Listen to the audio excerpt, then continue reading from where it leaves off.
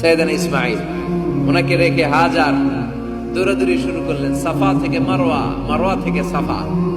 আহা, এখন air condition করা, 4 তলা এয়ার কন্ডিশন করা, তো সুন্দর পরিবেশ, এরপরে দৌড়াতে দৌড়াতে আমাদের ঘাম ছুটে যায়। না জানি সাইয়েদাতুনা হাজার কি কষ্ট করে সেখানে দৌড়াদৌড়ি করেছিলেন, না জানি উনার কি কষ্ট পোহাতে হয়েছিল। উনি সাফা থেকে মারওয়া একবার, মারওয়া থেকে সাফা একবার 7টা চক্কর দিলেন।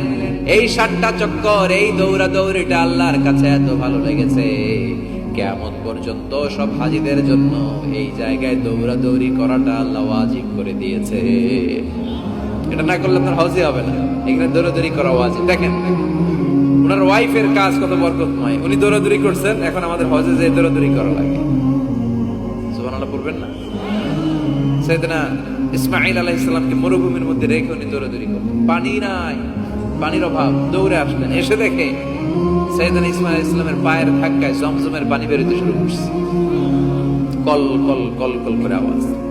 সাইয়েদনা ইব্রাহিম, ইসমাঈল, হাজার এরা আরবি ভাষা জানতেন না, এরা সুরিয়ানি ভাষার মানুষ ছিলেন। কোন ভাষা? সুরিয়ানি ভাষা। তো পানি দেখে হাজার খুব অবাক, কিরে এত সুন্দর পানি, এই পানি তো মরুভূমির বালিতে লেগে সব শুকিয়ে যাবে, পানি যাতে না শুকায় উনি বালি চারদিক দিয়ে উঁচু করে এরকম বাঁধ দিতে লাগলেন।